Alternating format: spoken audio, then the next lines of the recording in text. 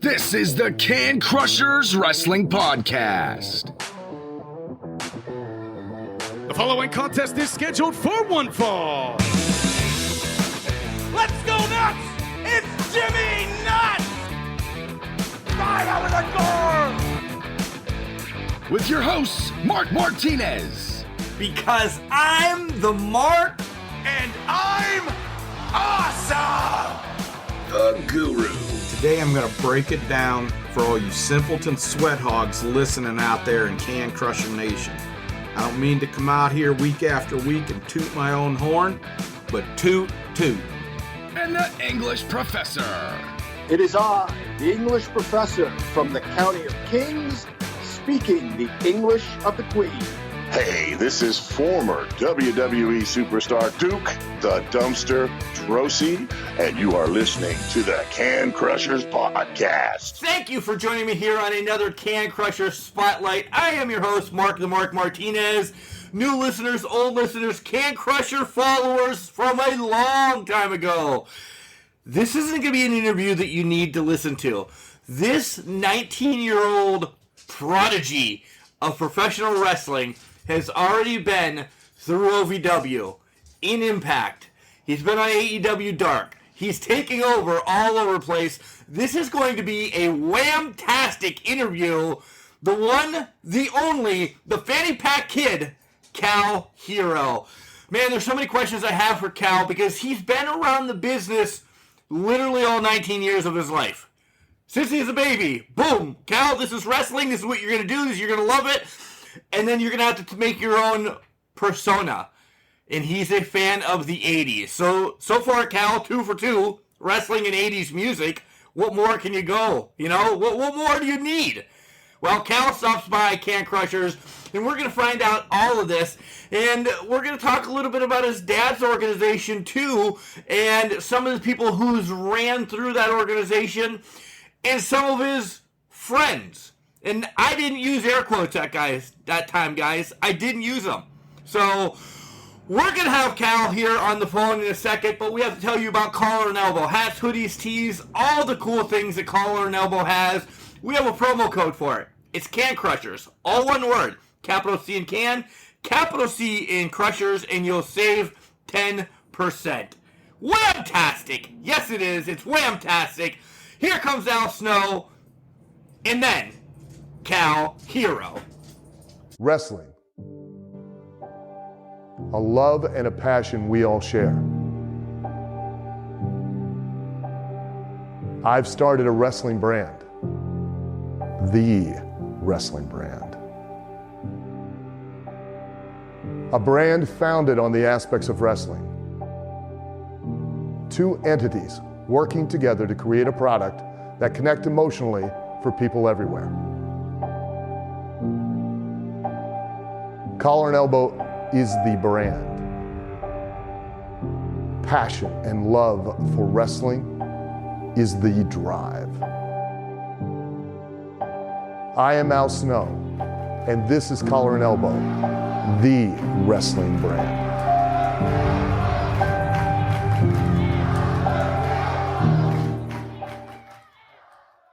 And welcome back to Can Crushers. You heard from Al Snow and Collar and Elbow. Guys, 10% discount when you use the promo code Can Crushers. That's all one word. A little weird today as I'm excited to talk about the next big thing in professional wrestling, and it's the Fanny Pack Kid, Kal Herro. Kal, how are you doing? I'm absolutely whamtastic. Thank you for having me. I'm super excited, and I'm just chilling right now, man. Just having a whamtastic time. I love that, and we'll get to all of that because you're throwing it in there already. Happy belated birthday, by the way, kid. Young and taking over this business. I'm trying. Thank you very much, though. I really appreciate it. We recently saw you at the Ballpark Brawl in DuBois, so people in my neck of the woods remember you. We talked to a few people. What a hot crowd that was. You even drug some kids into the ring. It was amazing, and I saw the kids there, and I'm like, I remember when I was, and it's weird saying that at 19, but I remember when I was their age. And at the time, like, my dad had brought Scotty Tuhati in for a show. It's a little quick story here, but he had brought him to a show, and he did the exact same thing with me. So nice. I thought, I'm like, man, I'm going to pass this down. So that was a really cool experience, and I had a blast in Pennsylvania. So, very young into the business, very young overall, but you've been around the business your entire life just because you brought up your dad. So tell us a little bit about that. Well, my dad's been doing shows and running a promotion called GLCW for 24 years now. And, I'm 19, so Figure it out. I've always been a part of it, you know? So I've grown up in it. And I've grown up with guys like Al Snow, Scotty Tuhati, Kevin Nash, Road Dogg, Billy Gunn, Dustin Rhodes. The list was on, and those guys are like uncles to me because they help raise me and help, mature me and show me the ropes of not just professional wrestling, but life. So I've always had it, and it's always been like my home. So, it's just a part of me. So when did you decide that that's what you were doing? Because at the age of 44, I've always been around wrestling as a fan or as a mark. My mom knew I was going to be a mark. That's why she named me Mark. But I've always been around it, going to shows. When did you get that shot in the arm saying, I'm doing this? This is my dream. Well, I was so throughout high school, I played football and then track and field. And I always just wanted to be, just a kid who played high school football and all that. And all of a sudden, like I was hanging out with Al Snow's stepson, Evan, and he's one of my best friends. And we're just sitting there talking, and we're talking about, man, like we're gonna have to take a college soon, and we don't want to have like an office job. If we want to go do something, we're like, what is there to do? Because I wasn't gonna go play college football. I wasn't gonna go play, college track and field. Like, man, like what do we do? And we just kind of looked at each other like, what about professional wrestling? And it was like just that look at each other like, are we that crazy? Are we really thinking about this? And so I went to my dad, and I'm like, hey, man, like, we want to try professional wrestling. And he never pushed it on me. He never thought – he thought I would never do it just because I had never shown an interest before. And it was that summer going into my junior year where I was 16 and started training to be a professional wrestler with Angel Armani and Ben McCoy. And from 10 on, it has not stopped. So you said your dad never pushed you to be in wrestling. Let's talk about your dad for a brief minute, and happy belated birthday to you as well, Dave, because I know your birthday was recently too. How did he get involved in everything, and then how did him and Al become the best of friends? So my dad used to run he used to own a store in Milwaukee, and it was called HSP, Hero Sports Page. And he would sell, like, Bucks stuff, Packer stuff, Brewer stuff, and all. It was like a sports store. And but he was always a wrestling fan, prior to that. And it turned out that one of our cousins, Jack Koshik, was helping promote the shows when WWF at the time would come to Milwaukee. So, but I was like, oh my gosh, that's awesome. And, they were talking, and my dad started bringing in, Kane, The Rock, Road Dogg, Billy Gunn, Al Snow. And that's where Al and my dad met, was at Hero Sports Page. And my dad then all of a sudden got the connection with WCW to where now he was getting not just WWF merchandise, but he was also getting WCW merchandise straight from them directly. And so that was like where he started, getting really involved in wrestling. And then a few years into it, he met a guy by the name of Rich Finke. And he still helps my dad run shows out once a year in Ashepin, Wisconsin, which is actually coming up on July 10th. And he had owned GLCW and was like, hey, let me show you the ropes. and you can help me run the show. So, and then from then on, just all the years of knowing these guys and like knowing Al, these relationships built and that trust built. And now my dad's best friend is Al Snow, which is awesome. You know, like that. It is crazy. But yeah, it was just a little sports store in Milwaukee, and then it created something so much more.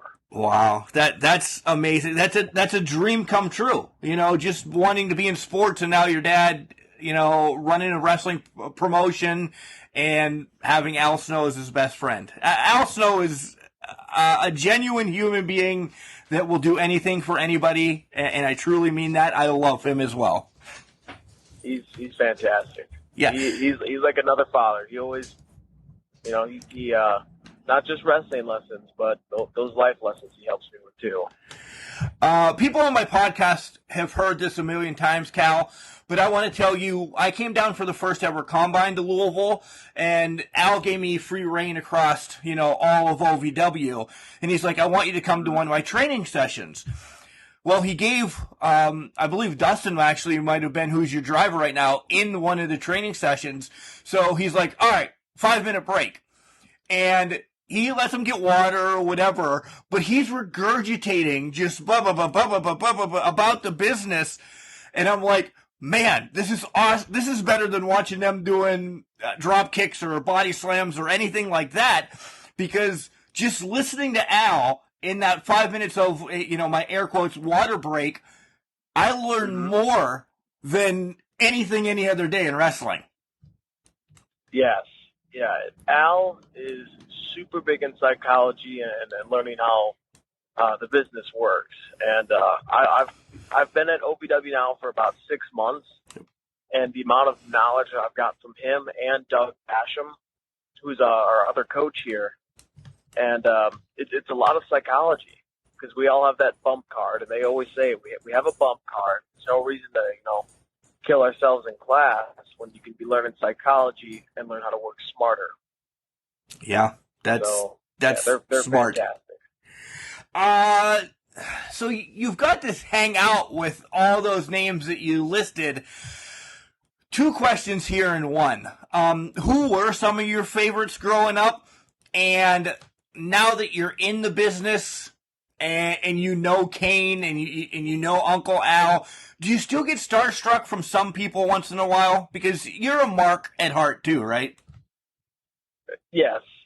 Yeah, I think we all are. Right. You know, there's always at least one person you'll mark out for. But, right. yeah, I mean,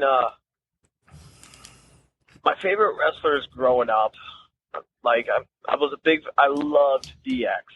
I didn't even get the original DX. I got when it was just Triple H and Shawn Michaels on Raw. And the you know, generic DX. The generic DX. Yeah. The PG one. Mm-hmm. And so I was always a fan. I always thought they were super cool, and I was a big fan of Rey Mysterio. Loved Rey Mysterio. I loved Batista, and I was a big fan of Randy Orton. Oh wow! And yeah, and now today, I'd say I can't really have a favorite, but just because I love the difference. Like at the time, I didn't know how each person worked. It was their personality. But like now being in wrestling and actually learning how to do it, it's hard to like pick. Actually, my favorite would be, but like right now, I think someone I would mark out for would be like a Randy Orton, of course, like The Rock, you know, Undertaker, guys like that. But yeah. I had a little bit, and not personal life, but I had a little bit of Rey Mysterio and Marty Jannetty with you, because of the tassels, the rockers. You know, I always thought you were, you know, combine those two is where I would have put you. Mm-hmm. Yeah, again, my newest gear that I got was actually rockers themed. Nice. See, I was close then. Yeah, you're right on the spot. New rockers. A little tribute to Al and Marty.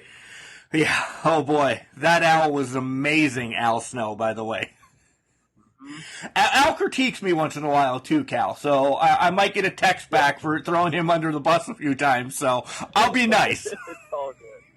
It's all good. So you talked about your new gear, but let's talk about your first gear and your first match, because that's got some big meaning to you. Because, man, you're 19 years old and you love music that should never be in your head. Maybe. Why? Yes. Well, I don't know.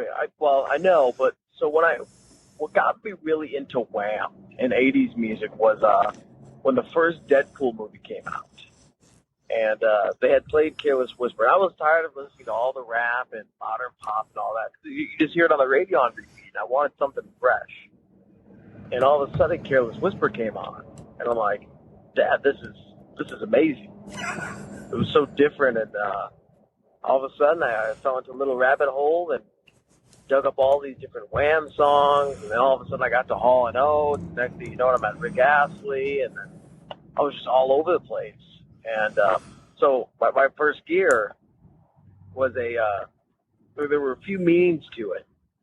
It was a singlet for Mr. Perfect, who I'd watched, I still do, I watch so much when I first started training, and even now, and I wanted to have that singlet.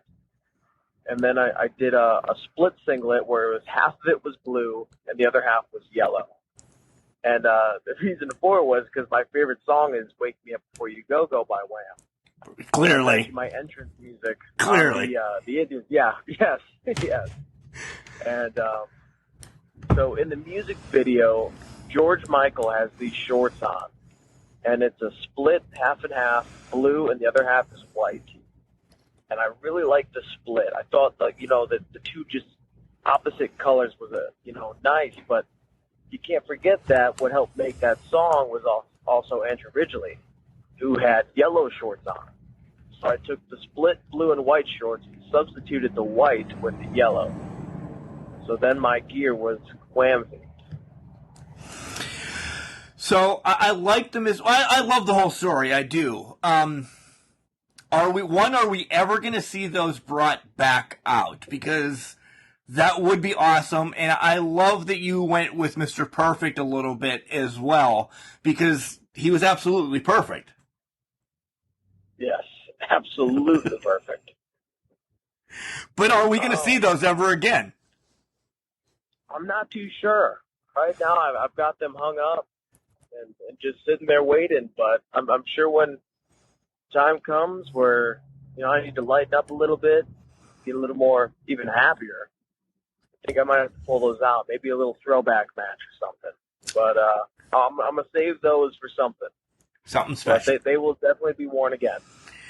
So you brought up some of your trainers, but we like when you guys actually talk about your trainers in depth and tell us a little bit more what you got from them. We know Al. You can talk about Al a little bit, but because they need props too, because they're why you're where you're at. And at the age of 19, we're getting there. You have a resume that is unbelievable so far.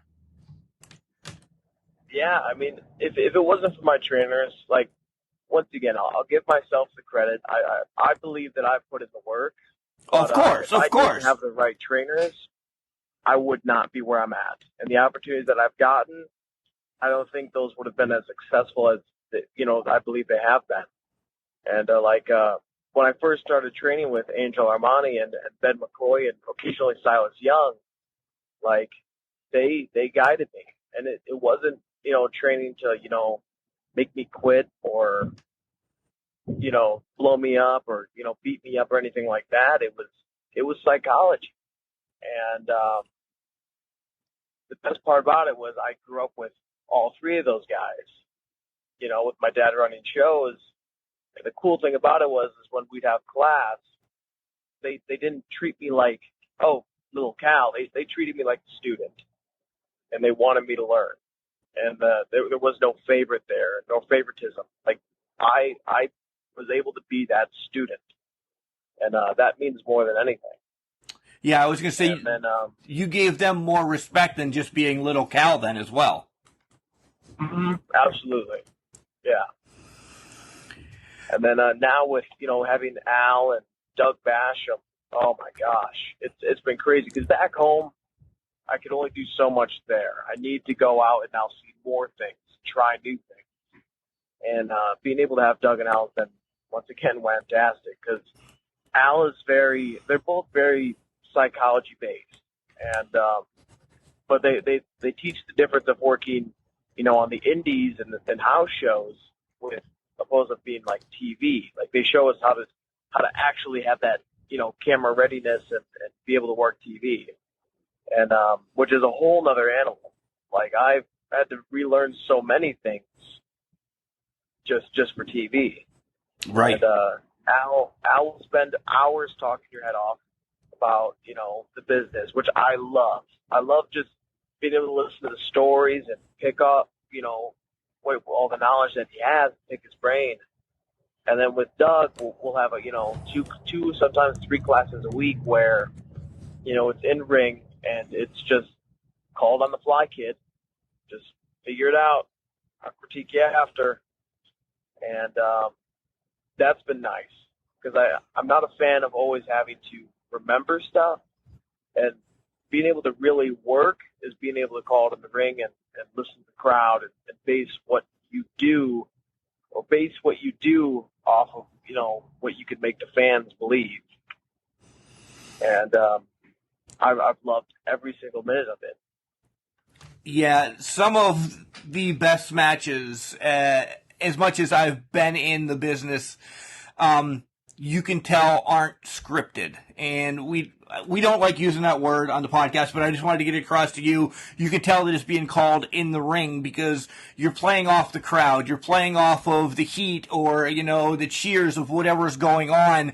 It's original. It's genuine compared to, I'm going to do a headlock on you. You're going to give me a drop kick. I'm going to go back to a headlock. The fans know that, and that kind of makes them want to sit on their hands where if you have a run for a little bit, let your run continue and then get the heat back or something, right? Absolutely. Yeah. Absolutely. Because when you're worried about remembering stuff, you don't react to what's going on. You're just so worried about what's next. And that was one of, and still to this day, like I'm still trying to fix that problem. But I've noticed that just breathing and not worrying about what's next and reacting to what's going on in the moment can mean so much more than any move. Yeah, for sure. I talked about it. I don't know if you listened to the Ballpark Brawl, Keith Miller wrap-up that I did for Chad Miller, but I kind of broke the fourth wall a little bit, and I said how cash flow, none of us knew when we were in the ring, cash flow's like, da-da-da-da-da, and then you drug the kids in the ring, and I'm like, man, these two have it already. These two are bringing it, and that wasn't planned, Cal. We didn't know that was going to happen because I would have had to been in on it, or you guys just really pulled the sheep over my eyes, the sheep's clothing, or whatever the hell that saying is, over my eyes, and you did it well because then you let me mark out a little bit too by getting the kids in the ring. Yeah, that whole match, once again, that was on the fly. Like, I saw the kids there, and I'm like, you know what? I'm gonna have them, skip around and dance with me. And it was just something I felt because I wasn't worried about what was going to happen. Now, keep in mind, breaking the fourth wall there, I had no idea who was winning. Wow. Okay. No idea. Really? No idea. Oh, wow. All right. It wasn't until he was up for that frog splash. I'm like, oh, yeah. It's over. I'm done. Well, that's good. Yeah. That's good. But, that was another learning experience. It was another cool moment. Right? Taking a frog splash from a 350-pound man? Yeah, that's a great moment. Oh. Yes. Yes, it is. So we talked about some of your matches, but let's talk about that first match. That first match you ever had. Jitters. What was going through your mind? Or were you just pumped saying, this is the start of something special? Yeah, it was, of course I still get nervous to this day, but once I got out there and I finally had passed the curtain. I'm like, this is something I want to do for the rest of my life. Like, there was no question, because that rush of adrenaline that you get, like, I was like, yeah, this is going to be something that I do. And it also helped. There were 2,000 people in that building that night. I got to team with Al, and then we wrestled Jay Bradley and at the time Robert E. and now Robert Stone. Yep. And my goodness, to this day I'm still chasing that feeling that I got that night. I've been really close. I get that feeling, every match, but it was that first time when like I was there and I felt it. I've been chasing that ever since. Well, I'm glad Jay Bradley didn't get to you because, again, going back to the Combine, him and my wife worked out some type of deal that if he ever gets his hands on me, my life insurance gets split 60-40, him and my wife. So I don't know what I did to him, but he's out to kill me. So please help me if he's ever around. I got your back. Trust me. Trust me. That sounds like Jay too. Yeah, it is. So before we dive into your huge things, we touched on OVW, but there's two more big announcements we have to make here. But how did the Fanny Pack come into play? Oh, so I was in high school, and one of my biggest things is I don't like it when you have change in your pocket. And it just, you sit down and then it all falls on the floor. Like I always hated that. And I was trying to figure out a thing to where I wouldn't have to deal with that anymore. And I found, I don't know if it's my dad or my grandpa's fanny pack. I just put it down as a joke. I think it was for like a football game or something. Like one of the high school football games, I wore a fanny pack. And I put all my stuff in there. I'm like, you know what? This is actually pretty nice. And from then on, like, I'm not kidding. I started wearing a fanny pack to school, and I wear all over the place. And I'm like, well, I'm going the 80s route. I got the Wham thing going. I'm like, I think I need to wear a fanny pack out to the ring. And then just from then on, I just now have a collection of like 35 different fanny packs. And yeah, that's just the convenience and like, why did these ever slow down? Like, people need to start wearing fanny packs again. Okay. And that's my goal, is to make fanny packs great again. Well, you are bringing them back because I've seen your line of fanny packs. I want to talk about some of your favorite fanny packs that you have, but at the young age of whenever, 15, 16, 17, that you start wearing fanny packs, weren't you ridiculed by others in your school, in society? Because until you've made them big again, they were not a thing. Absolutely. Yeah. In school, people would just be like, what's that? Nobody knew what it was. I'm like, it's a fanny pack, bum bag. Come on, you know what that is, right?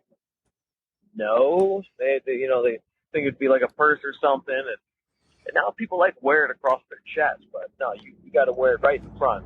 Right. But, yeah, kids in school, and even actually the other week, like when we were coming back from that Pennsylvania, the ballpark show, we had stopped at this Nike store, and I'm walking in, and these two ladies come up, and one of them is like, "Oh my gosh, I love your fanny pack. I love it when people wear fanny packs. They're awesome." And then the other one was telling me how lame they are and how weird they are. So to this day, I'm still getting both sides of, the fanny pack party.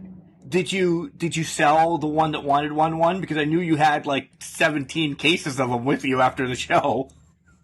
Yes, I've sold a few now, and that's all thanks to Be Fresh Gear, the group in Colorado that sent me all my 80s stuff. So we finally, got a fanny pack out there, and it's been selling. It's not gonna lie, it's not because my name's on it or me, but it's my favorite fanny pack. It really is your favorite fanny pack of all of them that you have? Yeah, just because it's like, it really is retro. It really is. Yes, and it's my first fanny pack, like of my own. Right. So I think it just has that connection, and I think it looks pretty darn sweet too.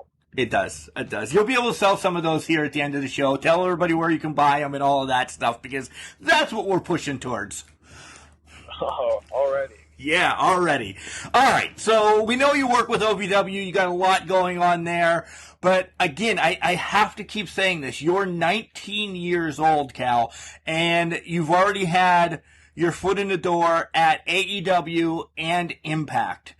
You have to tell us about those experiences individually, because I just saw you on Dark, for the love of God. That was amazing after I got done talking to you at Ballpark Brawl. Yeah, I mean, AEW and Impact have both been awesome. Everyone there is super nice.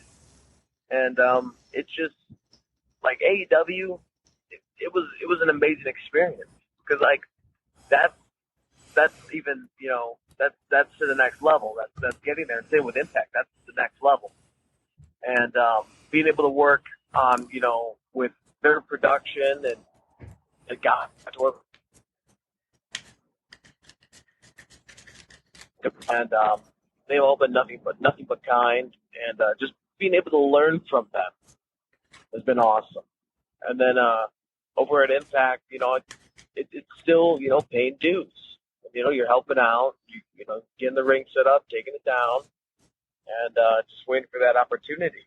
So, and that's been awesome, because, you know, each company, they're all shooting for the same thing. OVW, AEW, Impact, WWE. You know, everybody wants to, you know, be successful and do good business, and but each one of them does it, you know, in their own ways. And it's cool being able to watch how they do that and how they produce the show. So those have all been amazing experiences. Out of AEW and Impact, because, Kal, you now know me, I'm a fat guy that likes to eat. When we get the spread for the Ballpark Brawl, I went nuts. Who had the better spread? Who had the better catering, AEW or Impact? Ooh. Yeah. Oh, goodness. I might have to say, oh gosh, this is hard, because AEW has like the special, like the same catering, but like it's like these big meals. But then Impact, they have like all these like different varieties of stuff, like gyro meat one day, and you know the next day it'll be these delicious subs that they get from a local place. Ooh. But I think taste-wise, I'm gonna have to go Impact. But with the amount of food you get at AEW, that's pretty darn awesome too. I just from hearing what you said about Impact, I want to be part of their spreads. If they're going to change it up like that every so often, I'm in. I like that. I do.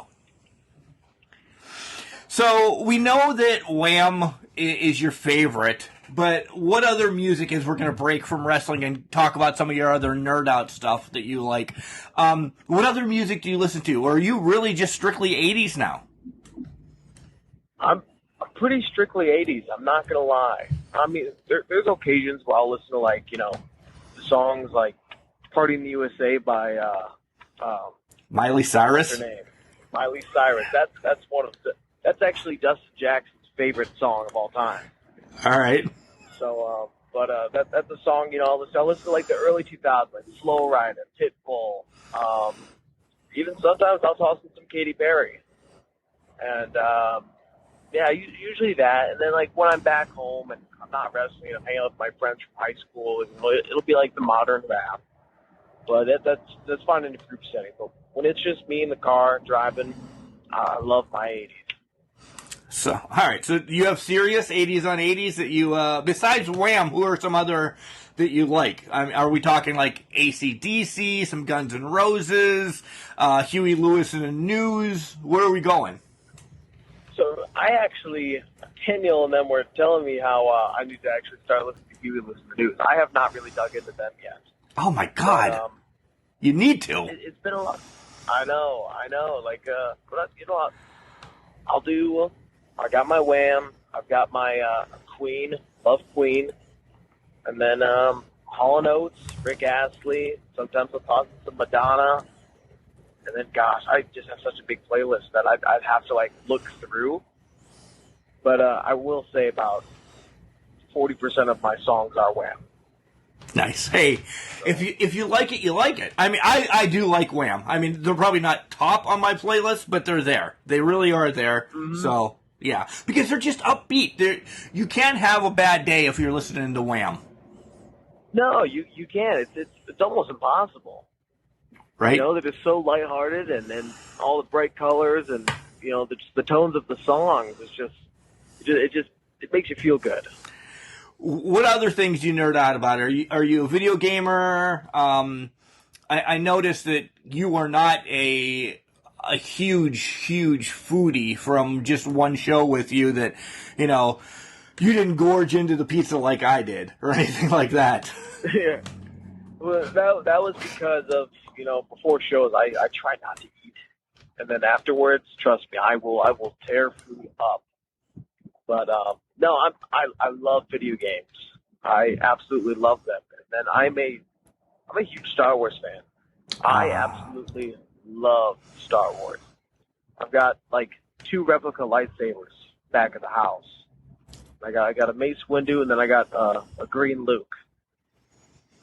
What?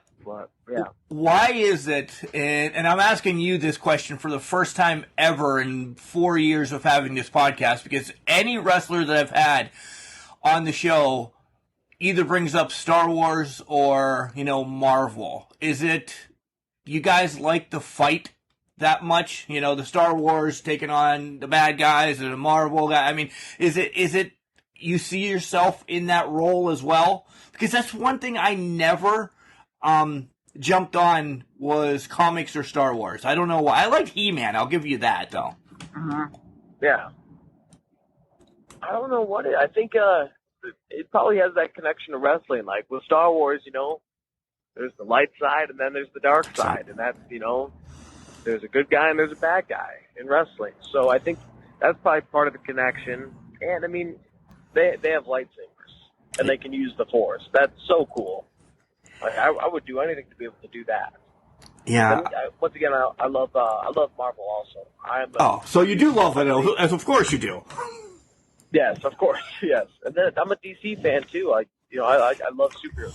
How can you be? Oh my God, you're breaking. That's sacrilegious, isn't it? How can you like both Marvel and DC? Because that's all I hear is you're only one or the other.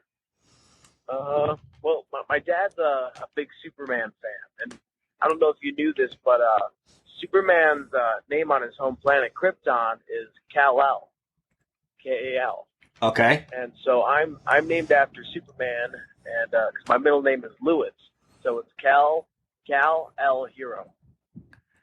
No shit. So that's amazing. Yeah. I love your dad even more now. So I had no choice but to become a DC fan, but I've always been a bigger fan of the Marvel movies. Those have been sweet. Right after your AEW spot, we'll call that, or showcase or whatever, somebody tweeted about you, and how did that go over? How did that make you feel? I know who it was, and I'm just waiting to hear what you have to say, because that's got to be the biggest pat on the back stroke of your ego that you could ever want. Yeah, it was Dustin Rhodes, and it felt good because I'm like, okay, I'm doing something right here, and he's always taken good care of me, and he had his things that he had to deal with a long time ago, but once those were dealt with, he when Dad would bring him in, he'd give me that talk like, hey man, just keep your head on straight, and that's always stuck with me. So now being able to, go work at AEW and have him there and, talk to me and guide me, and if I have any questions, help me. It felt good seeing that. And it was amazing. A cool story is when I was, I don't know how, I was probably like 10 or something like that. We were at a restaurant with Dustin. It was Dustin Rhodes, my dad, and myself. And I was at, I think, maybe 700 followers on Twitter. So my dad started my Twitter as soon as Twitter came out. and he had given me a shout out, and he said, "Hey, help me get this kid to 1,000 followers." So I think maybe 10 or 12 years old, I had 1,000 Twitter followers because of him. So, and then he did that when I was at AEW, and my Twitter followers even grew even more, and that's besides what was important there, but it's just cool seeing that now, like even later on in life, like it still happens. Yeah, that's awesome. That's awesome. How many times has Dustin kind of worked with your dad that you said you've talked to him? Because he's pretty tight with you, right?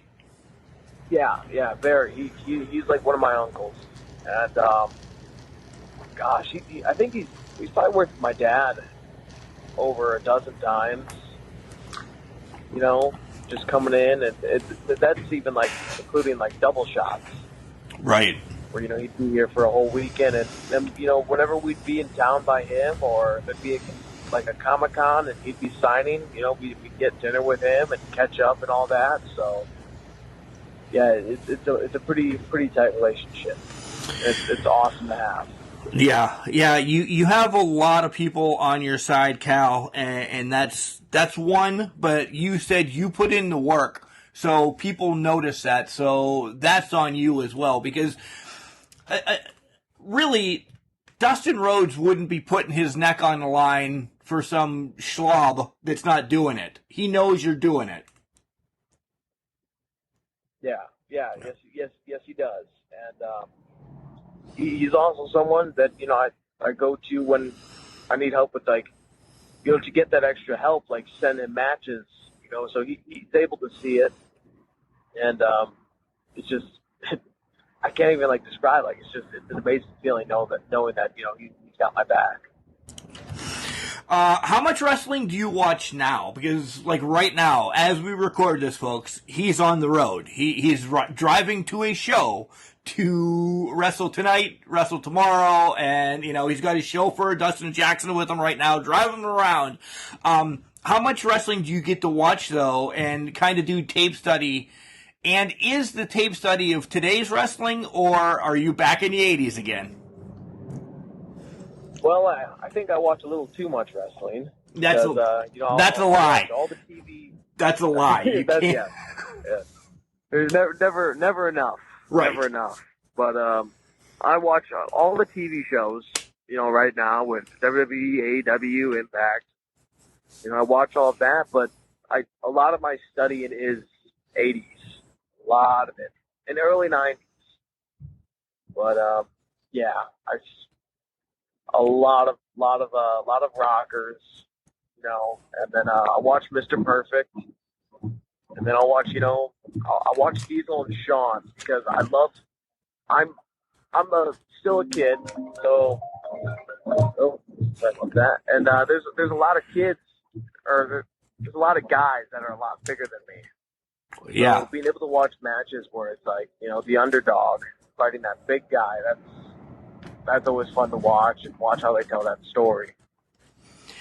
If you haven't, and I'm sure you have, but I'm just going to say it anyway because it's stuck in my brain right now. If you haven't, AWA Kurt Hennig is phenomenal. I'm sure you've watched it, right? I've dipped my fingers in there. I've got a little bit in there, yeah. Yeah. AWA is some of my favorite stuff from the 80s. We have one guy on the show that he lived in New York, so all he watched was WWF, and the other guy only watched the territories. I was a huge AWA fan, and look what's come from AWA. A lot of the stars, they just didn't have the marketing or anything. That's all. Yeah, absolutely. Those territories, they were amazing. And I didn't grow up in them, but being able to watch and hearing the stories from Al and all that, the way they worked back then was insane. And we're getting back to that, though, don't you think, a little bit? Because the indie scene, as you want to call, OVW, or no disrespect, Impact slightly, because you have 1 and 2 of WWF, E, and AEW. Then you have all these other ones that are kind of like indies, and they're still in different territories. I think right now, wrestling is the golden age of wrestling, is where guys like you get your feet wet and blow up elsewhere, Dustin Jackson, or, the list can go on and on of everybody in OVW. But wrestling right now is at its strongest point, I think, viewership-wise. I'd have to agree. There is wrestling everywhere. And, when they were first territories, they didn't have, cell phones, all that social media to post about it. So I think now it's definitely a lot easier for people to see what's going on all over the country, and I guess all over the world too. Yeah, like you have a show today as we're recording, tomorrow this will be played, and then what are you doing this weekend? Are you heading back home to wrestle for your dad? This weekend is actually my first weekend off of shows in the last, I think, 4 months. Wow. So, class and wrestling and training, but no traveling. Which will be it's a nice little relaxing weekend. Yeah, that's needed though too for your body, right? Yes, absolutely. Being wrestling like full time, like it's 24/7. I've definitely felt the body's starting to get calloused up. Now it's starting to get used to it, but at first, a little rough. A little rough. Couple more questions, and these ones are always my favorite because this is where we find out about you. We really do. What's the best advice that anybody gave you, personally, in or out of like a locker room? I've gotten this from a lot of guys, but just slow down. And that I take that as, it's also life too. You slow down, just enjoy the moment, and just breathe. And that's helped me out so much. And gosh, guys like Al have said it, Billy, Goldust, or Dustin, and then Kevin Nash, like they've all said, just slow down, kid, slow down. You're not in a hurry. And that's stuck with me. And I hope, one day I can say the same thing to a kid who's 19 and I'm older, So, yeah. Well, that's the perfect segue. What do you tell the kid right now? Because did you slow down yet? So can you give that advice? It took me a minute to understand what they meant. Because I'm thinking, like, how do you slow down life? It's always going, but you just got to just take it in, enjoy it, everything that you're doing. Because no matter what you're doing, I mean, you're living life. You're getting to get all these experiences and meet all these different people. And for me personally, there's nothing better than being around people. I love, socializing and, getting to know people and, hearing their stories and everything. So, yeah, it's probably something I would say, to someone my age. And, when I was like 16 and I first started, like that was my biggest issue. I was rushing. I was always, not just to the next, move or whatnot, but I was like, man, I need to get here in life. I need to, need to get signed, need to do this, need to do that. But a lot of the fun is how you get there. Yeah.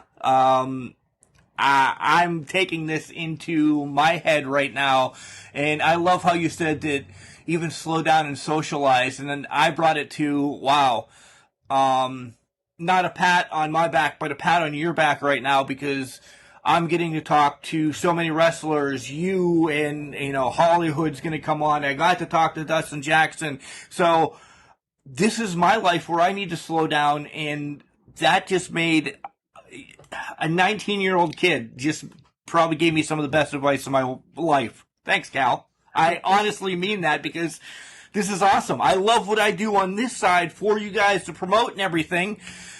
And I just finally realized that, holy shit, Kal freaking Herro just woke me up a little bit. So thank you. Yeah, his advice that was, handed down to me. So I'm glad, I can give it out, Yeah, I'm being dead honest right now. Sometimes I say, oh, yeah, that's great advice. No, Cal, I honestly mean this. I'm like, I'm doing what I love right now. And at 6 o'clock tonight, I got another one. At 8 o'clock tonight, I got another one. I'll book schedule these, and I'm like, I'm doing what I love when I'm not freaking throwing garbage. And this is what it's about, right? And you're on your way to a wrestling show, doing what you get to love. Yeah. Life's crazy. That's the best way I can say it, man. Life is crazy. Life is crazy. Chad Miller always has me ask this, especially the OVW guys that are a little bit young and into the business, everything.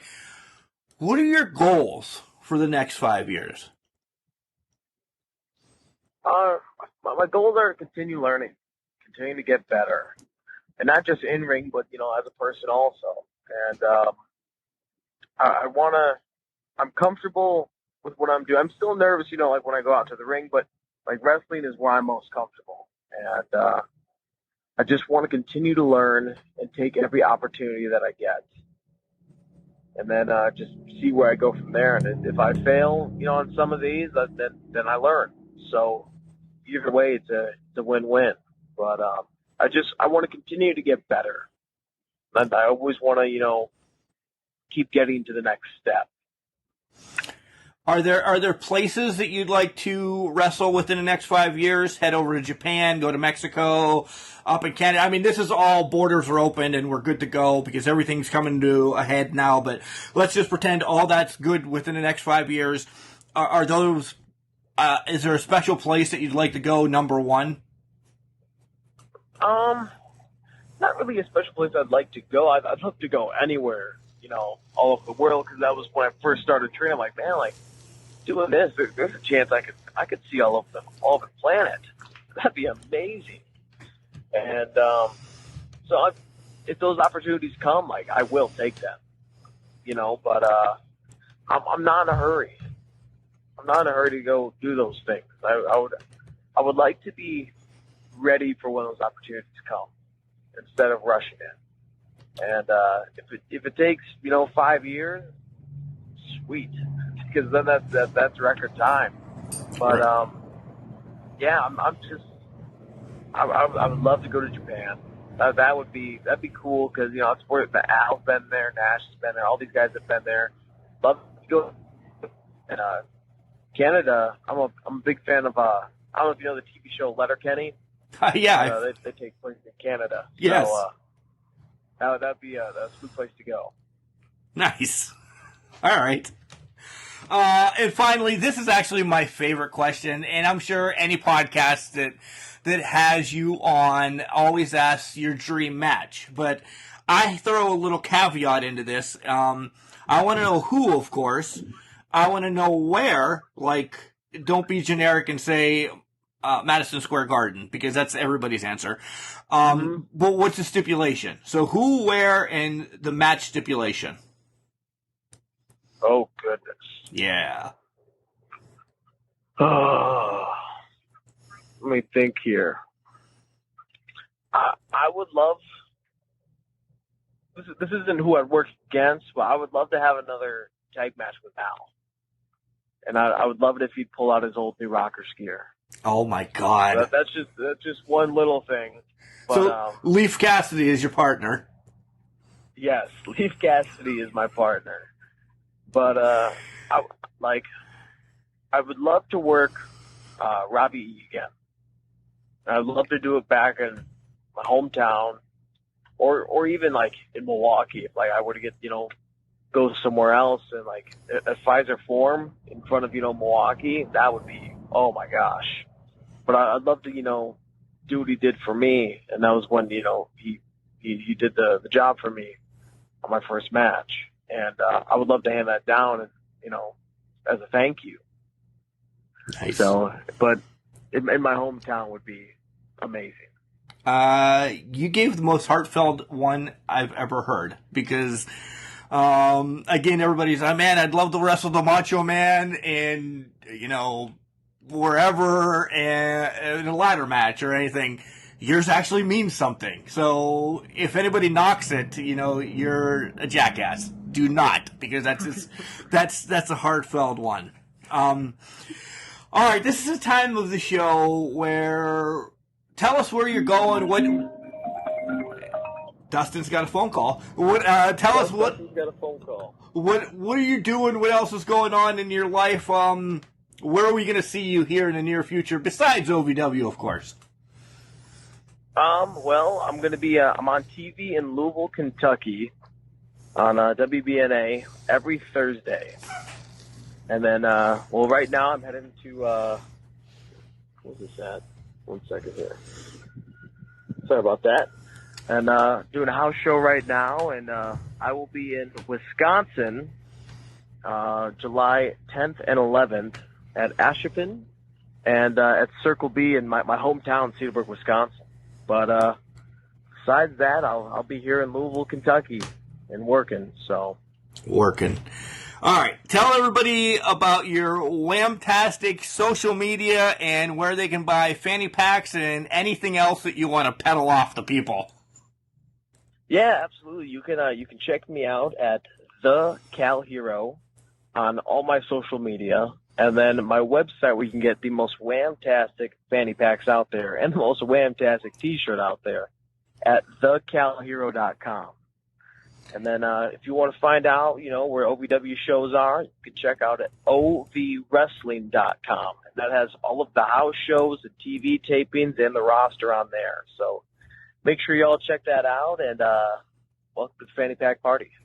Still, one of my biggest spots that took place at Ballpark Brawl in DuBois, Pennsylvania, included Kal Herro and the kids dancing around the ring, dancing in the ring. That brought me back, and I'm glad to hear the story that Kal got to do that with Scotty 2 Hotty. How awesome is that? I'm a little jealous of Kal. And Kal, giving me advice that's going to stick with me the rest of my life. Kal, thanks for listening and stopping by Can Crushers. I know you're a big fan of ours. I'm so happy to have you on before you are gone.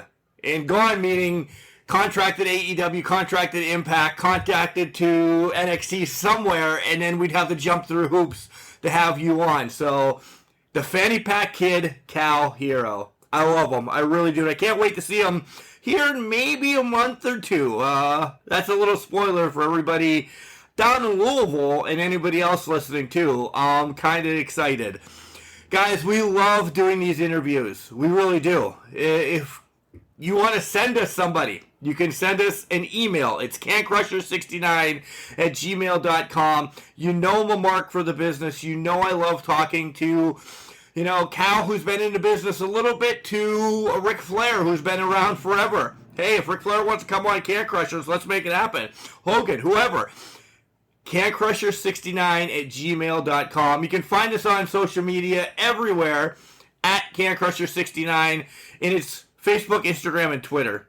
Guys, again, we love what we do here at Can Crushers. Thank you for the support, time in and time out. Now, go follow Kal Herro and see what the Fanny Pack Kid's going to do in Impact, AEW, and what he's doing in OVW. Remember, just because you're trash doesn't mean you can't do great things. It's called the garbage can, not a garbage cannot.